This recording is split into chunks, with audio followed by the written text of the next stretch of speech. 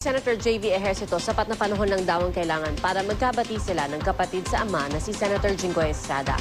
Kahit hindi sila nag-uusap, nalulungkot daw si Ejercito sa pinagdaraanan ngayon ng kanyang kuya na nahaharap sa kasong plunder at graft kaugnay ng pork barrel scam.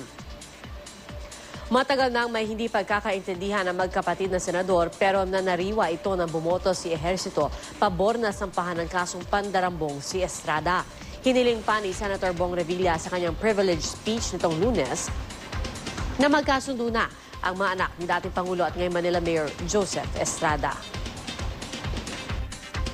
Kahit na naman hindi kami nagkakasundo ng aking kapatid sa ngayon, pero siyempre ako'y nalulungkot din sa kanyang sinasapit. Maybe in time, palagi ko maintindihan din niya at mararamdaman na ako rin naman ay sincero at siyempre ako'y naapektuhan din. Sa pagdiriwang kahapon na Araw ng Kalayaan sa San Juan, nanawagan naman si Senate President Franklin Drilon sa taong bayan na huwag mawala ng kumpiyansa sa Senado sa gitna ng kinakaharap na kontrobersya ng ilang senador. Kailangan po patuloy ang aming pagtatrabaho at ipakita namin na ang kapakanan ng taong bayan ay siyang nangunguna sa aming agenda.